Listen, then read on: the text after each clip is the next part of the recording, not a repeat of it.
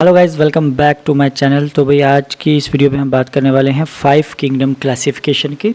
तो ये 5 kingdom classification क्या है और क्यों हमें 5 किंगडम क्लासिफिकेशन करने की ज़रूरत पड़ती है, या जब भी हम ऑर्गेनिजम्स को क्लासीफाई करते हैं तो हम उनको क्यों क्लासीफाई करते हैं, ये सारी चीज़ें इस वीडियो की मदद से हम जानेंगे। तो चलिए शुरू करते हैं। सबसे पहले आपकी जो किंगडम आ जाती है वो है किंगडम मोनरा।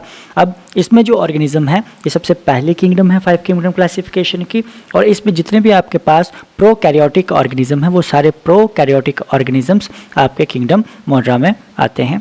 उसके बाद आपके जो मोनरा ऑर्गेनिजम्स हैं इनमें न्यूक्लियस प्रेजेंट नहीं होता है और अदर मेम्ब्रेन्स होती हैं जिसके ऑर्गेनेलीज के बाहर से मेम्ब्रेन्स पाई जाती हैं, और they are found in various habitats including soils, water and even in the human body.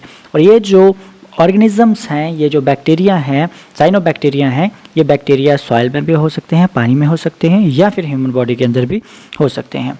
मोनरा एक बहुत इंपॉर्टेंट रोल प्ले करते हैं न्यूट्रिएंट साइकिल्स में, या फिर डिजीज़ काजिंग पैथोजेंस भी हो सकते हैं ये, और बायोटेक्नोलॉजी एप्लीकेशंस में भी इनका बहुत ज़्यादा रोल रहता है। ठीक है, तो चलिए आगे देखते हैं नेक्स्ट। तो नेक्स्ट आपके पास आ जाता है किंगडम प्रोटिस्टा। तो किंगडम प्रोटिस्टा जो है वो सेकंड किंगडम है 5 किंगडम क्लासिफिकेशन सिस्टम की। ठीक है, इसमें आपके पास यूकैरियोटिक्स वेल डेवलप्ड ऑर्गेनिजम्स हैं जिनमें मोस्टली यूनिसेलुलर ऑर्गेनिजम्स हैं, बट ये सारे कॉलोनीज में रहते हैं। प्रोटिस्ट जो हैं इनके पास बहुत ज़्यादा अलग अलग वैरायटी के कैरेक्टरिस्टिक हैं क्योंकि ये आपके मोनरा किंगडम से ज़्यादा वेल डेवलप्ड हैं। ठीक है, इनके पास फोटोसिंथेसिस का प्रोसेस आ जाता है, इनमें हेटेरोट्रॉपी है या फिर पैरासिटिज्म पाया जाता है। They are found in diverse habitats such as, ये फ्रेश वाटर में भी आ सकते हैं, मैरीन हो सकते हैं, या फिर सॉइल के अंदर भी प्रेजेंट हो सकते हैं। और इकोलॉजिकल रोल्स इनका बहुत इंपॉर्टेंट है, इकोलॉजिकल साइकिल्स को बैलेंस करने के लिए इनकी बहुत ज़्यादा इंपॉर्टेंस है, और ये प्राइमरी एक्ट करते हैं एज अ प्राइमरी प्रोड्यूसर भी, एंड ऑर्गेनिजम्स के फूड का सोर्स भी बनते हैं। ठीक है, उसके बाद थर्ड आपके पास आ जाती है kingdom fungi.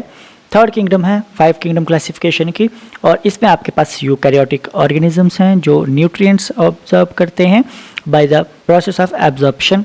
They are characterised by filamentous structure, filaments की तरह इनका स्ट्रक्चर होगा, उस फिलामेंट को हम हाइफे कहेंगे, और रिप्रोडक्टिव स्ट्रक्चर्स भी इसमें पाए जाते हैं, जैसे कि इसकी एग्जांपल में हमारे पास मशरूम आ जाते हैं या फिर स्पोर्स आ जाते हैं। ये भी एक इसेंशियल रोल प्ले करते हैं न्यूट्रिएंट्स रिसाइकलिंग के लिए, डिकम्पोजिशन के लिए, और सिम्बायोटिक रिलेशनशिप भी इन्हीं ऑर्गेनिजम्स में पाया जाता है, और ये भी अलग अलग हैबिटेट्स में पाए जाते हैं। इनकी जो लिविंग और डिवेलिंग प्लेस है वो सॉइल हो सकती है, वाटर हो सकती है, या फिर किसी लिविंग ऑर्गेनिज्म पे रह सकते हैं।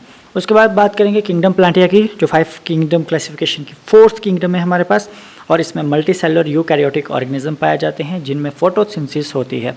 प्लांट की बात करते हैं तो वाइड रेंज ऑफ एडाप्टेशंस हम प्लांट के अंदर देख सकते हैं, और ये माइक्रोस्कोपिक एल्गी से एक बहुत बड़े ट्रीज़ तक इस किंगडम प्लांटिया में आते हैं। ये भी क्रूशियल रोल प्ले करती है ऑक्सीजन प्रोडक्शन के लिए। हमने देखा प्लांट में फोटोसिंथेसिस होती है जिसके प्रोडक्ट में ऑक्सीजन बाहर रिलीज होती है जो हम यूज़ करते हैं, और कार्बन डाइऑक्साइड को ये एब्जॉर्ब करते हैं प्लांट्स। ठीक है, और हैबिटेट प्रोवाइड करते हैं बहुत सारे ऑर्गेनिजम्स के लिए। प्लांट्स अलग अलग वैरायटी में पाए जाते हैं, अलग अलग जगहों पे पाए जाते हैं, कुछ आपके पास टेरेस्ट्रियल भी हो सकते हैं और कुछ आपके पास एक्वेटिक इन्वायरमेंट में भी पाए जाते हैं। तो लास्ट किंगडम की बात करते हैं, किंगडम एनिमलिया। तो 5th किंगडम आपके पास एनिमलिया किंगडम आ जाती है जिसमें मल्टी सेलुलर यूकैरियोटिक ऑर्गेनिजम्स हैं जिनमें हेटेरोट्रॉपी और मोबिलिटी है। एनिमल्स में जो जितने भी एनिमल्स आपके आते हैं वो सारे एनिमलिया किंगडम्स के ही ऑर्गेनिजम्स हैं। इनमें माइक्रोस्कोपिक ऑर्गेनिज्म से लेके एक काफ़ी बड़े वर्टिब्रेट्स तक इसमें ही आते हैं। इंपॉर्टेंट रोल प्ले करेंगे इकोसिस्टम में, एज ए प्रेडेटर का, प्रे भी हैं और पॉलिनेटर भी हैं।